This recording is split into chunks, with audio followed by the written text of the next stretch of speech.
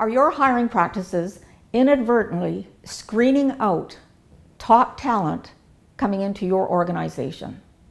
Today we're going to look at hiring practices that include neurodiversity and bringing in top talent. And we are going to actually look at the job ad itself, the pre-screening process, as well as the interview process. As employers, we can be under the misconception that the more we ask for in a job ad, the better the applicants we will receive. When in fact, what happens is that we screen out individuals who may actually be able to do the job very, very well.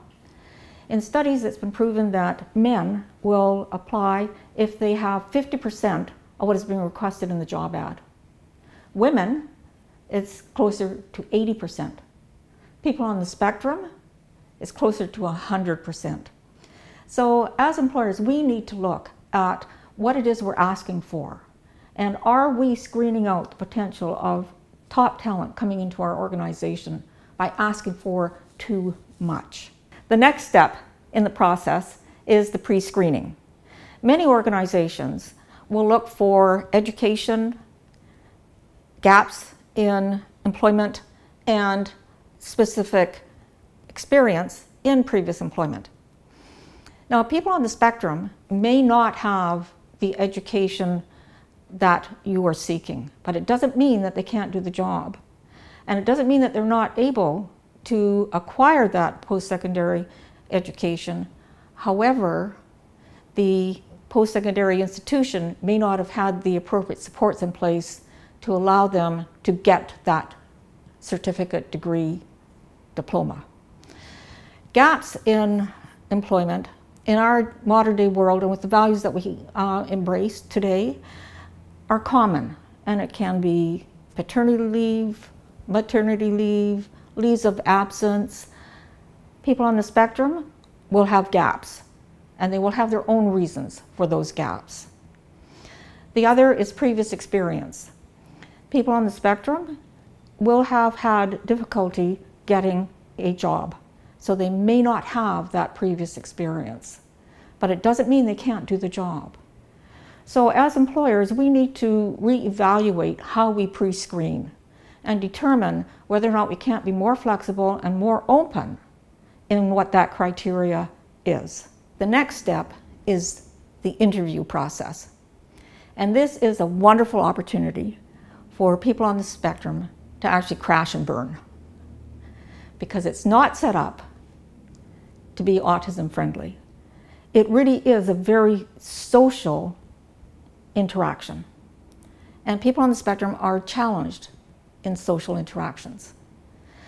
So they are not necessarily very good about selling themselves. As one fellow responded to the question, why should I hire you over other applicants? He said, well, I don't know. I haven't met the other applicants. And he wasn't being smart.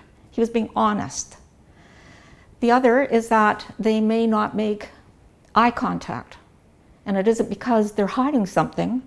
It's because the sensory overload is such that they're going to choose to listen to you and not look at you, because looking at you and listening to you at the same time is just too much input for them. They may be anxious, so they might fidget, and their level of discomfort will be really quite apparent. And they feel that when they're being judged on areas in which they are not good at, they feel that they are in a very high stakes situation, and they are.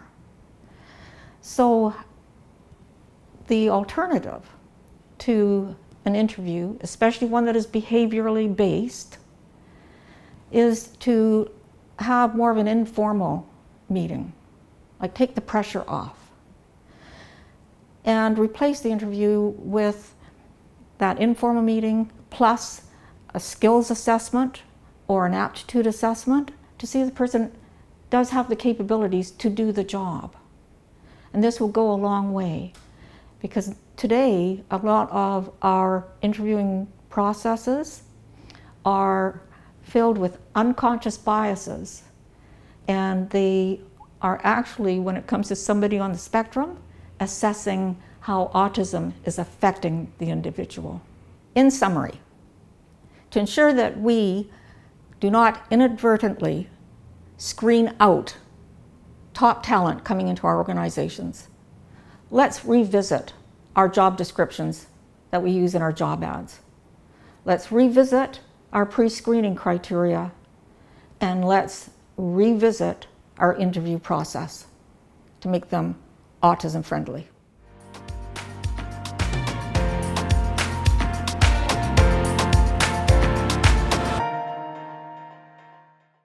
I knew the word was there. Yeah, it was somewhere there. Yeah, I know. It was just way back there. Yeah.